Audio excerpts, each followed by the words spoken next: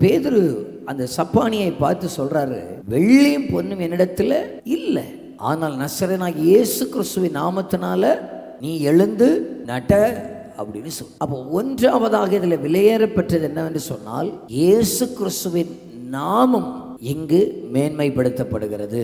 இயேசு கிறிஸ்துவின் நாமம் விலையேறப்பட்டதாக இருக்கிறது. அவர்கள் இந்த விலையேறப்பட்ட நாமத்தை உபயோகப்படுத்தினது போல நாமும் நம்முடைய பிரச்சனைகளின் மத்தியில் இந்த விலையேறப்பட்ட நாமத்தை நீங்கள் பேச ஆரம்பிக்கும். அவர்கள் எந்த நாமத்தினால் அற்புதங்களை செய்தார்களோ அதே நாமத்தை தான் நாமும் இன்றைக்கு நம்பி இருக்கிறோம்.